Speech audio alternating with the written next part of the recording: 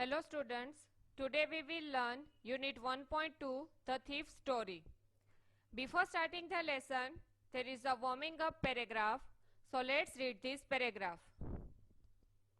Lokesh had always been a class topper in tests and examinations.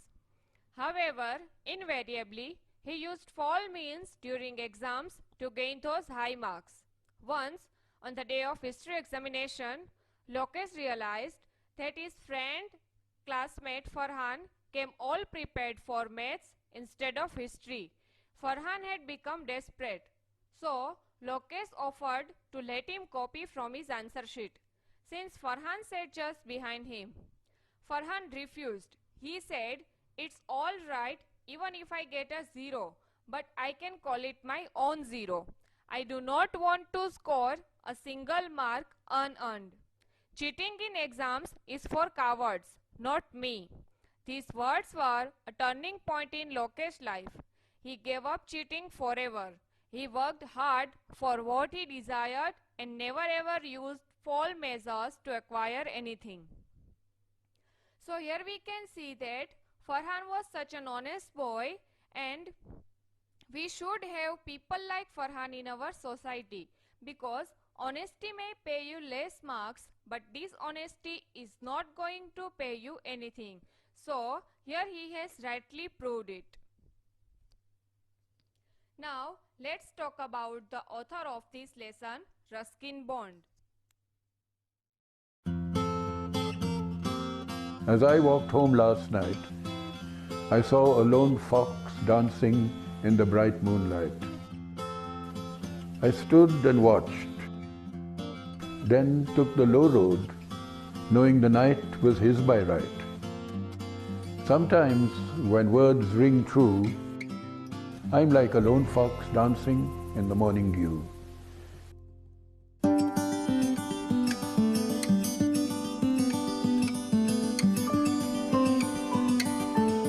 1980, I moved into this particular flat. But I came to Missouri in 1964 after spending 3 or 4 years in Delhi. And I wasn't writing particularly well at that time in Delhi. And so I thought if I escaped to the hills and to an environment that suited me, I would do better work and be a happier person. And I was right, and I've done reasonably good work here. I've been happy with it.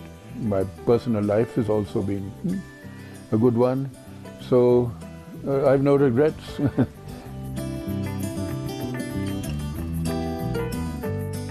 I generally find it's best to write in the morning.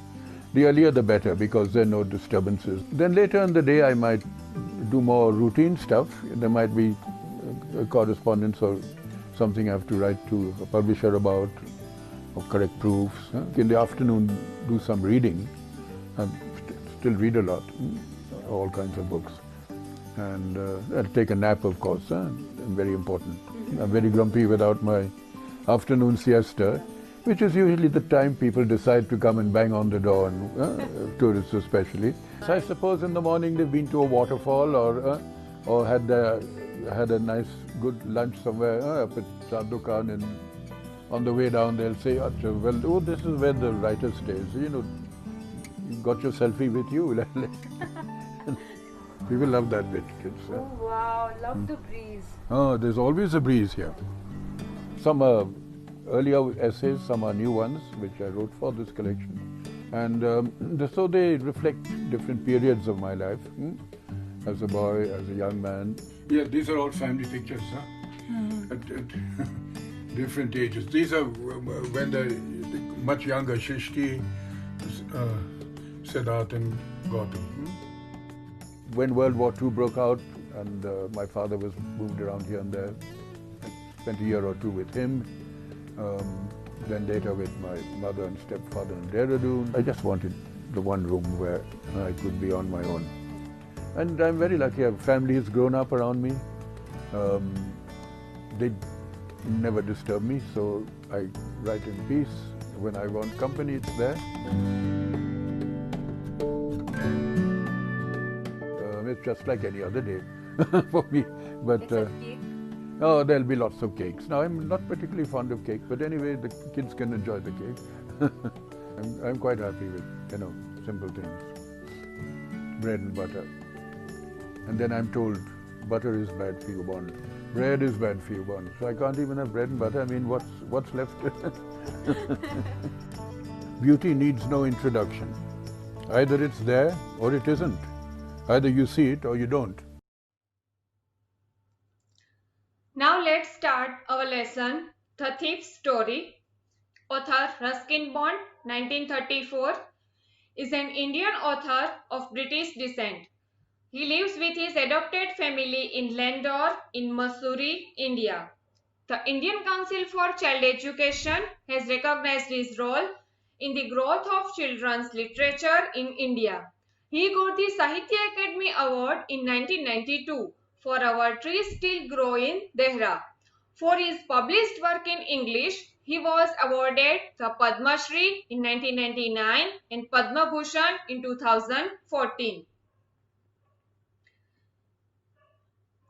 We can see the meanings of the hard words on the side of the page. We will discuss it during our explanation. Now let's start our lesson. I was still a thief when I met Anil, and though only 15, I was an experienced and fairly successful hand. Now we can see that the narrator of the lesson is a thief and he is only 15 years old. He met another person whose name was Anil.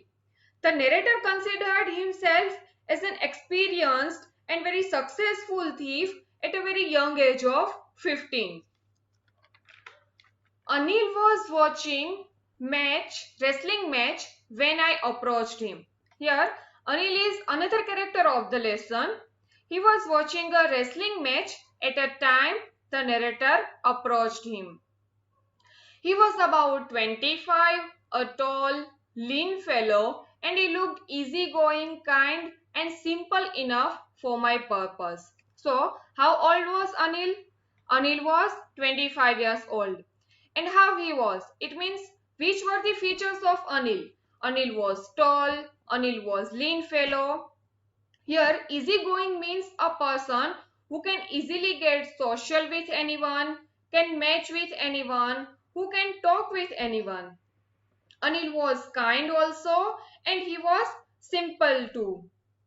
So here the narrator thought that he can easily fool Anil, so he says that he was simple enough for my purpose. I hadn't had much luck of late and thought I might be able to get into the young man's confidence. So here the narrator said that he had not any kind of income from past some time. So what kind of work? It was like theft or cheating or any stealing something from anyone. So he thought that if he will get confidence of the young man who is Anil, then he would be able to make some money. You look a bit of wrestler yourself, I said. A little flattery helps me in making friends. So here we can see that meaning of flattery. Flattery means insincere praise. Here the narrator said to Anil that he looked a bit of wrestler himself in that way so he can make Anil his friend. So do you, he replied, which put me off for a moment because at that time I was rather thin. Here, as we know that Anil was an easygoing person. He replied, so do you, because both of them were thin. When one thin person is calling another thin person as a wrestler, then both were basically befooling each other, but not intentionally. So Anil also called narrator that he also looked like a wrestler. Here Anil's answer put the narrator off for a moment as he was also thin. Well, I said modestly, I do wrestle a bit. Here we can see that modestly means without boasting or in a humble way. The narrator said yes, he did wrestling a bit. What's your name? Then Anil asked the narrator what his name was. Hari Singh, I lied. I took a new name every month that kept me ahead of the police and my former employers. The narrator replied, Hari Singh, your narrator lied. Who was a thief and 15 years old who took new names every month. So we can understand that he was a fraud and he was in this theft business since his early childhood. After this introduction, Anil talked about the well-oiled wrestlers who were grunting, lifting and throwing each other about. I didn't have much to say. Anil walked away. I followed casually. So, after this introduction, Anil started talking about the wrestler who were well-oiled and were grunting. Here, grunting means, what is grunting means? Making low guttural sound. So they were grunting and lifting and throwing each other. Then Anil walked away. The narrator followed him casually. Now, hello again, he said. Anil said hello again. I gave him my most appealing smile. I want to work for you, I said. Hari Singh gave the most appealing smile. Here, appealing means attention getting or attracting. He told with an appealing smile that he wanted to work for Anil. But I can't pay you. Anil said he can't pay the narrator as he had not stable source of income. So he said that he can't afford anyone as his assistant. I thought that over for a minute. Perhaps I had misjudged my man. Then the narrator thought for a while and said he did misjudge that man. I asked, can you feed me? The narrator asked Anil, can you feed me? Can you cook? Anil asked him, can he cook? From about sentences, we can understand that the narrator needed money and he wanted shelter to live and maybe he was hungry also. So he preferred to live with him to get some food. I can cook. I lied again. The narrator lied again that he can cook as he wanted to live with Anil. If you can cook, then maybe I can feed you. So, as we know that Anil was like straightforward, he said, if you can cook, then maybe I can feed you. He took me to his room over the Jamna sweet shop and told me I could sleep on the balcony. So after all this discussion, Anil took the narrator on his room. Where was Anil's room? Anil's room was over Jamna sweet. Then Anil told the narrator that he could sleep on the balcony. But the meal I cooked that night must have been terrible because Anil gave it to a stray dog and told me to be off. Then the narrator was told to cook the meal that night by Anil. As we know that the narrator lied to Anil that he can cook. So he made very terrible food because he didn't know how to cook. So Anil gave that meal to street dogs and then Anil angrily told the narrator to get off. But I just hung around smiling in my most appealing way and he couldn't help laughing. But Hari Singh was very good to attract people by his false praise. He was moving around there and smiling in his most appealing way. And he also made Anil laugh. Later, he patted me on the head and said, never mind, he would teach me to cook. Then Anil also changed his mind as he was kind. So Anil patted Hari Singh on the head and said, doesn't matter. And he forgave narrator. Then told him that he would teach the narrator how to cook. He also taught me to write my name and said he would soon teach me to write whole sentence and to add numbers. So, Anil promised the narrator to write his name and the whole sentence also. Anil also told him that he will teach him addition and subtraction from this sentence. We can understand that Hari Singh had never been to school. Maybe he was orphan or separated from his family. He had never learned to write his name or sentence or any kind of addition or subtraction of numbers. So, Anil came to know that Hari Singh was uneducated and he promised him to make him educated. I was grateful. I knew that once I could write like an educated man, there would be no limit to what I could achieve. So here, the thief is very grateful to Anil. The narrator knew that education is the key to success and it will help him to achieve what he wanted. It was quite pleasant working for Anil. So, it was very easy and pleasant to work with Anil because Anil was very kind-hearted person and very forgiving person.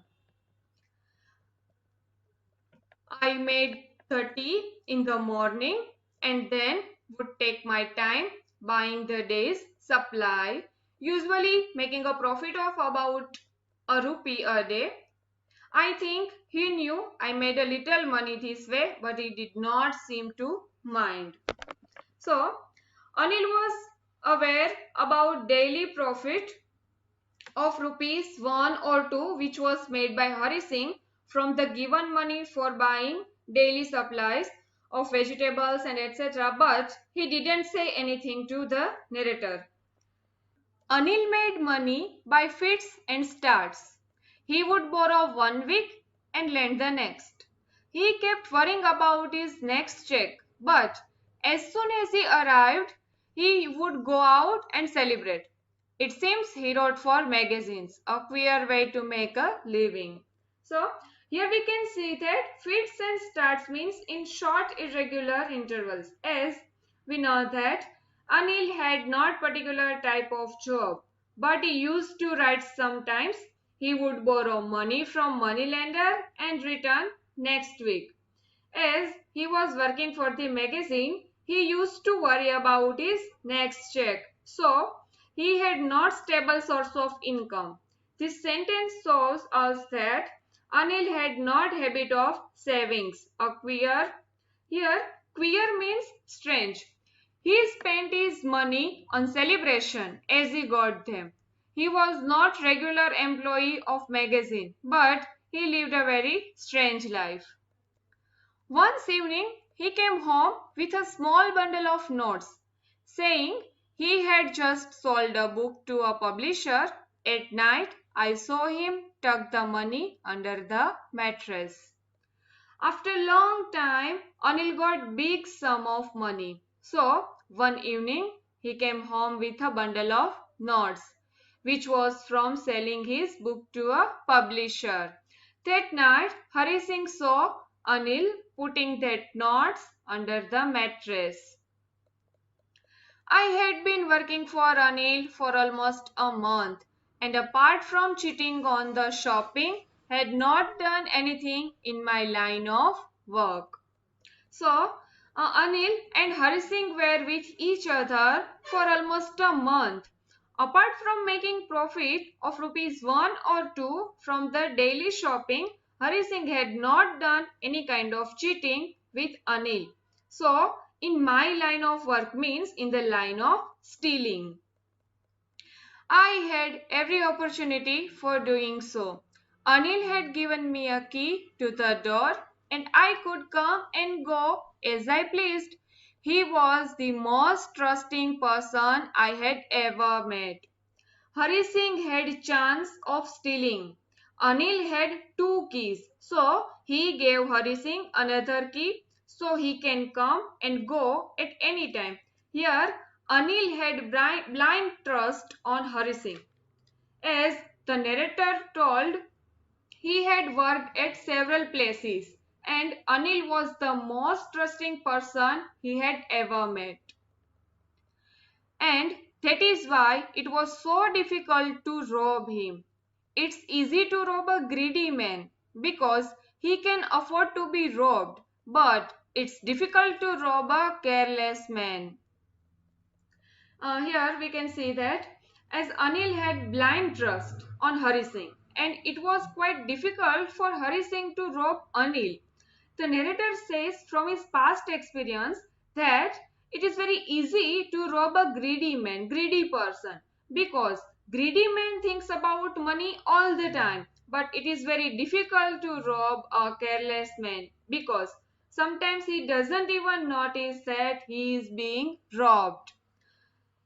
Okay, then all these take my purpose out of the work.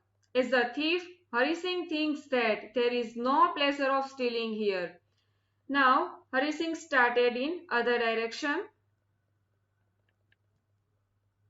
Well, it's time I did some real work. I told myself I'm out of practice, and if I don't take the money, he will only waste it on his friends. After all, he doesn't even pay me. So now Hari Singh started thinking in other direction and told himself he was out of practice, and he told himself that Anil would spend them on his friends. So Hari Singh gave excuses to himself and said Anil doesn't pay him since a month. Anil was asleep. Anil was sleeping. A beam of moonlight stepped over the balcony and fell on the bed. I sat up on the floor, considering the situation. If I took the money, I could catch 10:30 express to Lucknow. So, here we can see that Anil was sleeping, and then Hari Singh is describing the situation. There was moonlight over the balcony and on the bed. Hari Singh was used to sleep in the balcony. Considering the situation, he sat up on the floor. Then Hari Singh thought that if he took the money, he could catch the 10:30 express to Lucknow and he could run away. Slipping out of the blanket, I crept up to the bed. Then Hari Singh slipped from the blanket and crept to the bed.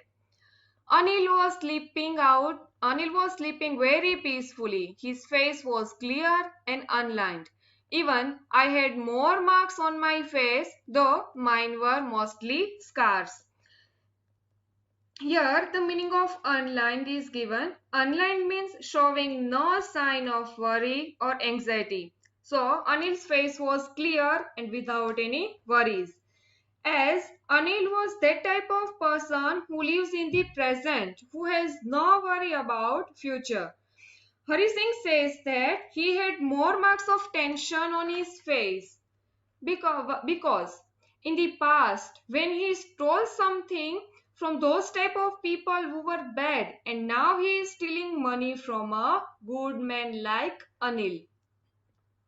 My hands slid under the mattress, searching for the notes. When I found them, I drew them without a sound. Now Hari Singh actually started his real work, which was stealing money. And when he searching that money under the mattress, he drew them without making any noise because he was very experienced thief. Anil sighed in his sleep and turned on his side towards me. I was startled and quickly crawled out of the room. In this sentence, we can't decide that whether Anil was sleeping or pretending to be asleep. At that moment, Hari Singh was very scared, and then he left the room very quickly.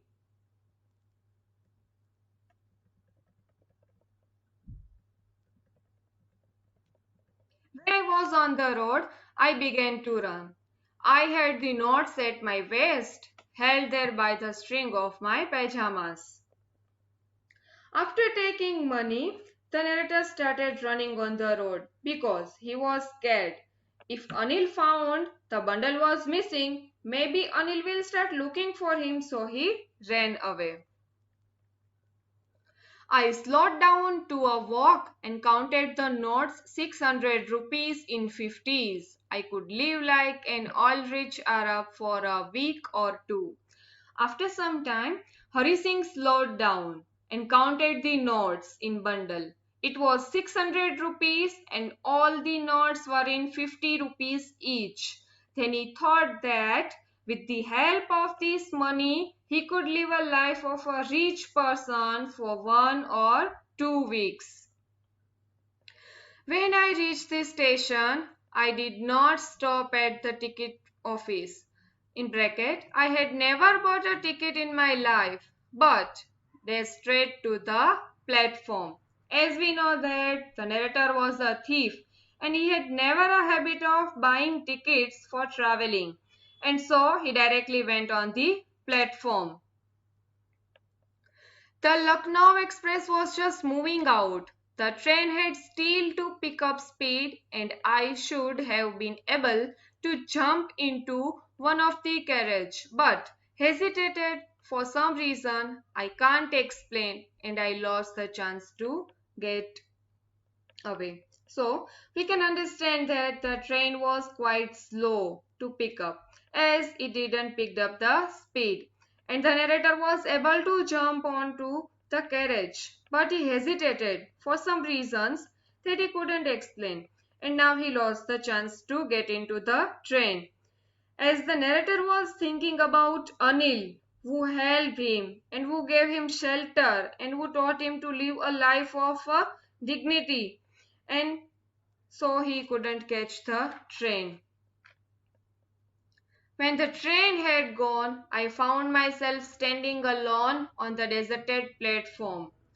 When the train had gone, he found himself alone on the deserted platform where there was no one at the platform. I had no idea where to spend the night. I had no friends, believing that friends were more trouble than help. So now narrator had no place or no shelter to spend the night and he had no friends except Anil. Anil was the only person who was his friend. And in the past, from his past experience, he believed that friends create trouble for him and they were not for help. And I did not want to make anyone curious by staying at one of the small hotels near the station. Here narrator is very clever. He says that he was just 15 and so he didn't want to make anyone curious about this thing. Which thing? A boy who is 15 years old and who is staying alone at hotel. So, the only person I knew really well was the man I had robbed. Leaving the station, I walked slowly through the bazaar. The only person the narrator knew was Anil, whom he had robbed. Then he started walking towards bazaar slowly and left the station. In my short career as a thief, I had made a study of men's faces when they had lost their goods. So here, from his past experience being a thief, he had studied men's faces. When they had lost their goods, the greedy men showed fear, the rich men showed anger, the poor men showed acceptance. Now, it means what are the expression on one's face after being robbed? So, the person who is greedy, there are expressions of fear on his face. And if the person who was robbed is rich, then there are expressions of anger on his face. And same as if the person is poor, then there is expression of acceptance on his face after being robbed. But I knew that Anil's face when he discovered the theft would show only a touch of sadness, not for the loss of money, but for the loss of trust.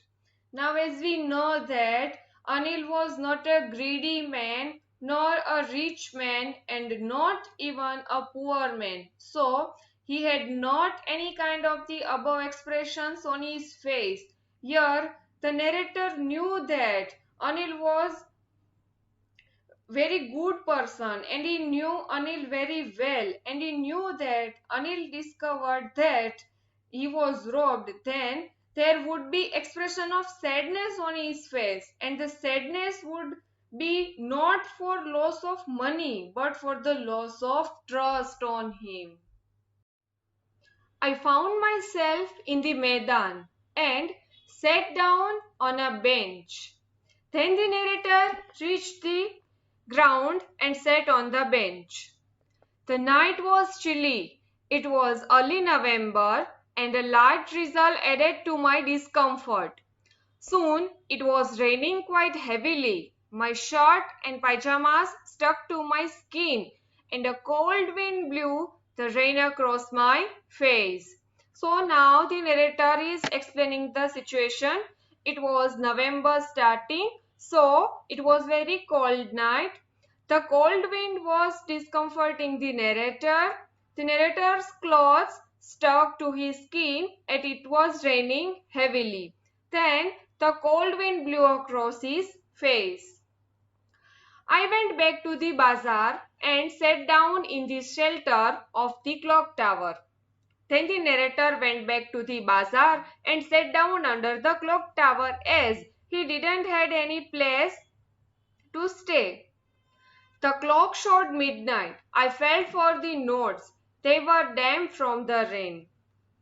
Then he thought about rupees and he saw that the notes were wet due to rain.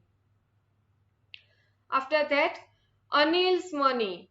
In the morning, he would probably have given me 2 or 3 rupees to go to the cinema, but now I had it all. I couldn't cook his meal, run to bazaar to learn to write whole sentence anymore. So now the narrator is talking about Anil. All the money was of Anil. So he thought that if he hadn't stole that money or if he hadn't ran from that home, in the morning he would probably get 2 or 3 rupees from Anil for cinema. But now he has all the money of Anil. And now he could not cook meal or he could not write whole sentence anymore. I had forgotten about them in the excitement of the theft. Now, the narrator forgot every good deed which Anil had done for him in the excitement of theft. Whole sentence, I knew, could one day bring me more than a few hundred rupees. It was a simple matter to steal and sometimes just as simple to be caught. Now, the narrator realized that he could be able to earn more money after being an educated person. As he stole money, it was very simple matter, but as simple to be caught. But to be a really big man, a clever and a respected man was something else. I should go back to Anil, I told myself, if only to learn to read and write. But apart from stealing money, being really a big man, a clever man, or a respected person, it was something different. Then the narrator told himself that he really want to learn or read or write something, so he should go back to Anil. I hurriedly back to the room, feeling very nervous, for it is much easier to steal something than to return it undetected. Then the narrator hurriedly went to the room of Anil and he was feeling very nervous because it was very easy to steal something but it is very difficult to return them without being detected. I opened the door quietly, then stood in the doorway in clouded moonlight.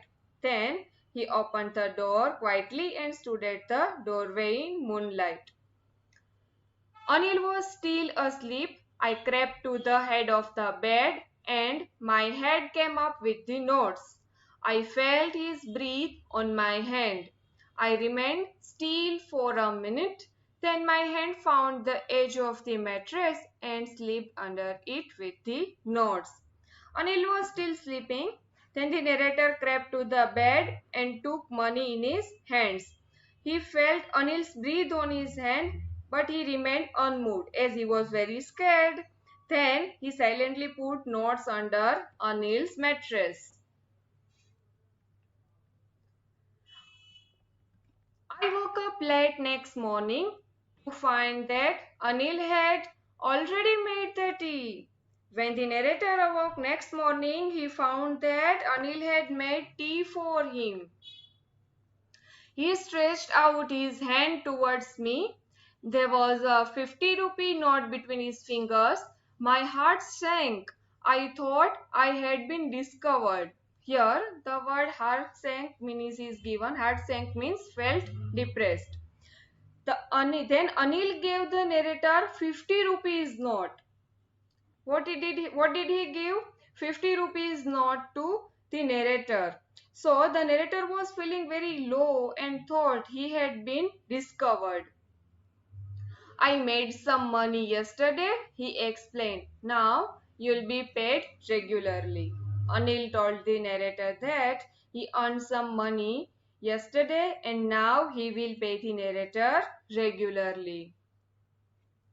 My spirit rose, but when I took the note, I saw it was still wet from the night's rain. Here we can see that spirit rose means became very hopeful. So the narrator became very hopeful after hearing that he will be paid. But when he took money, he saw that the note was wet from the last night's rain.